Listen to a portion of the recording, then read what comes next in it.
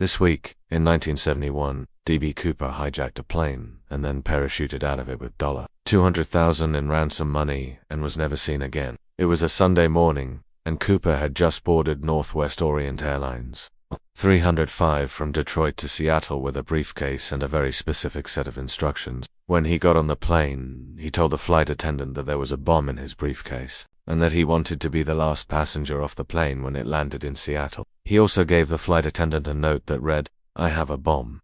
Do not open the briefcase. I want $200,000 in 40s and 5s. Have it ready for me in 10 minutes after we land or the bomb will be released." After taking off from Detroit, Cooper opened his briefcase, revealing a black bag with what looked like a device inside. The flight attendants quickly gathered around to get a closer look, which gave Cooper enough time to slip the real bomb, which was hidden under his jacket, into his briefcase. When the coast was clear, he then put the black bag back into his briefcase, closed it, and went to the bathroom to hide. When the plane landed in Seattle, Cooper calmly exited through the rear of the plane, jumped out, and disappeared into the crowd. He had apparently left the briefcase with the bomb on board. As the FBI would later discover, the device in the briefcase wasn't a bomb at all, but rather an elaborate hoax made of plastic explosives and a bunch of old electronic components that looked like the kind of thing that might be in a bomb. To this day, no one knows what happened to Cooper, or if he ever made it out of Seattle alive.